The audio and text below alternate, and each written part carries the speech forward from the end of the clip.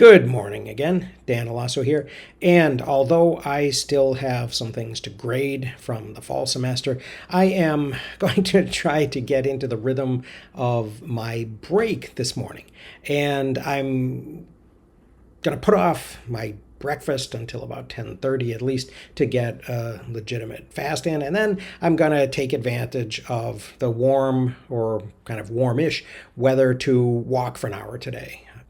I think that's important, so I'm going to try to make an effort to do that.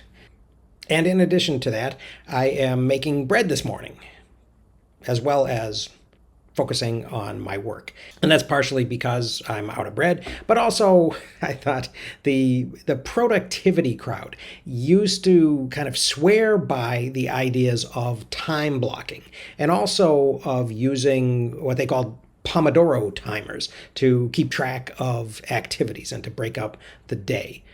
Pomodoro means tomato in Italian, so this tomato themed approach was supposed to improve your focus and to prevent people from being sort of lulled into some time of sleepy, zombie like state by just repetitively doing boring work, I guess.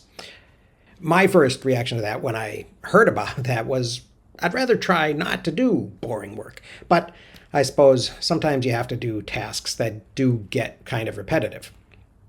And I can see the value of shaking up my day a bit and my attention and my focus by looking up from my work from time to time so that I can return to it kind of fresh. So to facilitate this in a slightly more organic way than just setting a timer, which I always kind of forget to do, I'm making sourdough bread this morning. The recipe that I use, courtesy of my daughter Sophia, involves mixing the flour, water, salt, and starter, and then waiting a half hour and then kneading 3 times at 30-minute intervals before it goes back in for a long prove. And so, of course, this is the equivalent of breaking up my reading and writing into a bunch of half-hour chunks.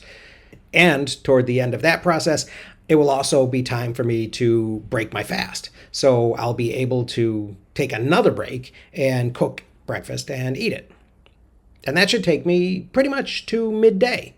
And as I said, since the weather is pretty good today, it's supposed to go up to about 37 or 38 degrees, which is great for mid-December in Minnesota. And hopefully it won't be raining or snowing. So I'm going to make some time to take an hour walk. Got to take these opportunities to get a bit of fresh air and exercise when they present themselves, because the temp is going to be going down for the rest of the week. Now, as a productivity hack, there is nothing particularly high-tech or magical about this approach. Just taking advantage of the opportunities that I'm lucky to have, really, to organize my own schedule like this. I realize that it's a luxury, although I suppose that it's also a consequence of the weird kind of precarious nature of my work right now. Or at least they seem to go together. So if I have no choice about the precariousness of it, I may as well enjoy the benefits that it brings. And today's work, generally, I think will involve more reading of the world history text and outlining what I'm going to add and what I'm going to amend to make the course my own and to fill in the things that I think they miss. Because looking at the calendar, spring semester start is getting closer and closer. So I've got to get on my way to making this happen. And I'll report on what I find in the text and what I decide to add as I go along. But that's all for now. So I hope you found that a little bit interesting. Thanks very much for watching. I will see you again very soon.